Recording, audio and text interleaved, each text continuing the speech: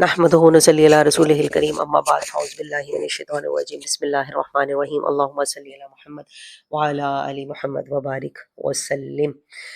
الحمدللہ ثم الحمدللہ، ماہ رمضان کا مبارک مہینہ جاری و ساری ہے۔ آج اس مہینے کی خاص برکات کا ذکر ہوگا، وہ برکات جو آنے والی راتیں ہیں، یعنی وہ راتیں لیلۃ القدر کی راتیں ہیں، وہ راتیں جس میں عبادت کا ثواب جو ہے 1000 مہینے کے برابر، 1000 ایک شب کی عبادت جو ہے وہ 1000 ماہ کی عبادت پر مشتمل ہے۔ یعنی جو ایک رات کی عبادت کر لے گا، اللہ رب العزت اسے 1000 ماہ کی عبادت کا ثواب جو ہے وہ عطا فرمائے گا۔ تو اس رات کو قیمتی بنانا ہے، اور آنے والی وہ راتیں جو ہمارے پاس موجود ہے، ابھی ہمارے پاس رمضان المبارک کا مہینہ ہے، جاری و ساری ہے، تو ہم نے ہر رات کو اسی طرح گزارنا ہے کہ کیا پتہ، کیا معلوم کون سی رات شب قدر کی رات ہو۔ تو اس کے پیچھے بہت ہی عجیب و غریب حکایت ہے کہ حضرت شمعون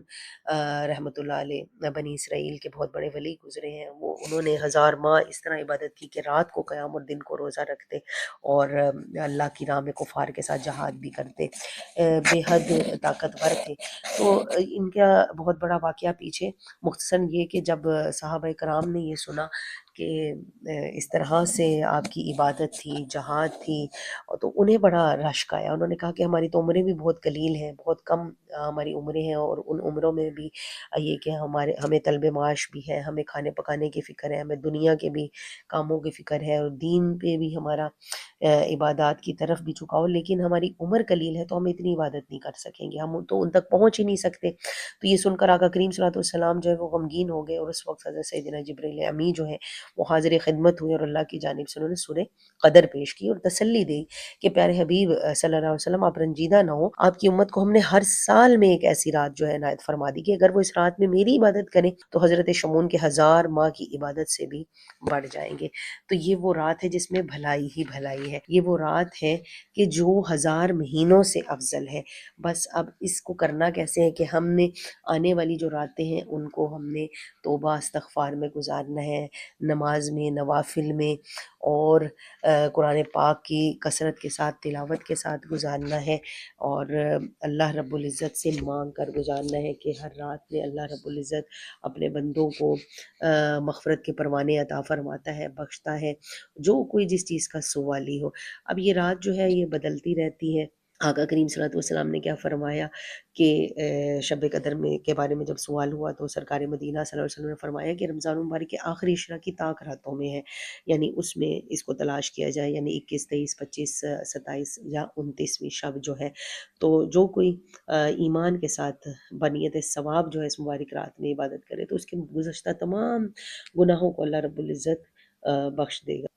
اس رات کی بے حد رحمتیں اور برکتیں، آقا کریم صلی اللہ علیہ وسلم نے فرمایا کہ جس نے شب قدر میں 3 مرتبہ پورا کلمہ طیبہ یعنی لا الہ الا اللہ محمد رسول اللہ صلی اللہ علیہ وسلم پڑھا، تو پہلی مرتبہ پڑھنے پر اللہ رب العزت اس کی مغفرت فرما دیتا ہے، دوسری مرتبہ پڑھنے پر اللہ جہنم سے آزاد فرما دیتا ہے، اور تیسری مرتبہ پڑھنے پر اللہ اسے داخل جنت فرماتا ہے۔ تو سبحان اللہ، کس قدر شب قدر کا فیضان ہے، اور عمل کتنا آسان ہے، کہ اجر و ثواب کے اعتبار سے کیسا عظیم الشان ہے کہ ہم کلمہ درود جو ہے اس کو اس طرح سے پڑھیں، یعنی کلمے کا ذکر بھی ہو گیا اور پھر درود پاک بھی۔ اسی طرح لیلۃ القدر میں آسمان کے دروازے کھلے رہتے ہیں کہ جو بندہ شب قدر میں نماز پڑھتا ہے اللہ اس کو ایک ایک تکبیر، یعنی ایک بار اللہ اکبر کے بدلے میں اللہ ایک ایسا سایہ دار درخت عطا فرمائے گا کہ چلنے والا 100 سال تک اس کے سائے میں چلے،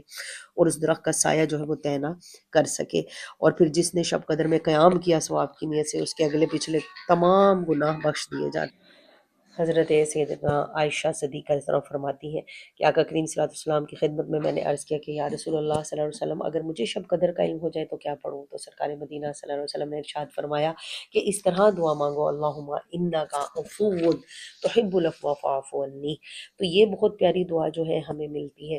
پھر پہلے کلمہ اور اس کے ساتھ درود پاک، اور پھر نوافل کا اہتمام۔ تو آج اس نوافل کے بارے میں نے آپ کو بتانا ہے۔ بہترین نوافل وہ کیا کہ جو کوئی 2 رکعت نماز اس طرح پڑھے کہ ہر رکعت میں سورہ فاتحہ کے بعد 7 مرتبہ سورہ اخلاص، بہت ہی مختصر ترین عمل لیکن اس میں جو برکتیں چھپی ہیں،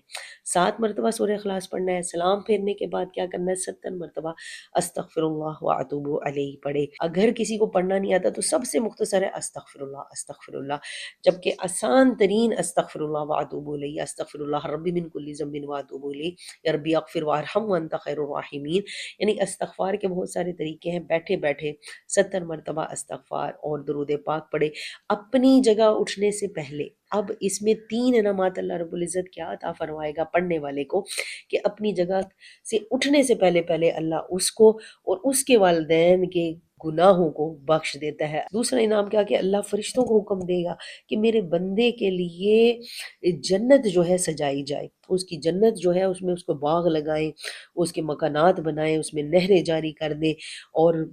تیسرا انعام کیا کہ وہ دنیا سے نہیں جائے گا جب تک کہ وہ یہ سب کچھ نہیں دیکھ لے گا، یعنی جنت میں اپنا ٹھکانہ نہ دیکھ لے۔ تو یہ ایسی رات ہے کہ جس میں اللہ رب العزت گناہوں کو معاف فرماتا ہے، اور پھر اس میں لیلۃ القدر ہے۔ تو لیلۃ القدر میں 4 رکعت نفل مزید، کہ جس نے پڑھے تو ہر رکعت میں سورہ فاتحہ کے بعد سورہ قدر ایک بار اور 27 بار سورہ اخلاص پڑھے تو اللہ رب العزت اسے گناہوں سے ایسا پاک کر دیتا ہے جیسا کہ وہ ماں کے پیٹ سے ابھی پیدا ہوا ہے۔ اس کے علاوہ مولا کائنات حضرت مولا علی کرم اللہ وجہ الکریم فرماتے ہیں کہ جو کوئی شب قدر میں سورہ قدر 7 بار پڑھتا ہے، اللہ رب العزت اسے ہر بلا سے محفوظ فرما دیتا ہے، اور 70,000 فرشتے اس کے لیے جنت کی دعا کرتے ہیں۔ اور جو کوئی بھی جب کبھی مزید سورہ قدر کے بارے میں کہ جو کوئی بھی جمعہ کے روز نماز جمعہ سے پہلے 3 بار پڑھتا ہے، اللہ اس روز کے تمام نماز پڑھنے والوں کی تعداد کے برابر جو ہے وہ نیکیاں لکھتا ہے۔